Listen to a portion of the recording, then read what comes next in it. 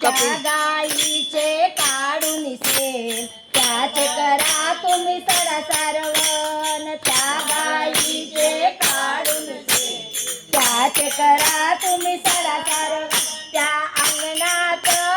रांगोळी काढून पाय त्या अंगणात रांगोळी काढून पाय अरे मानवा गर्व कशाचा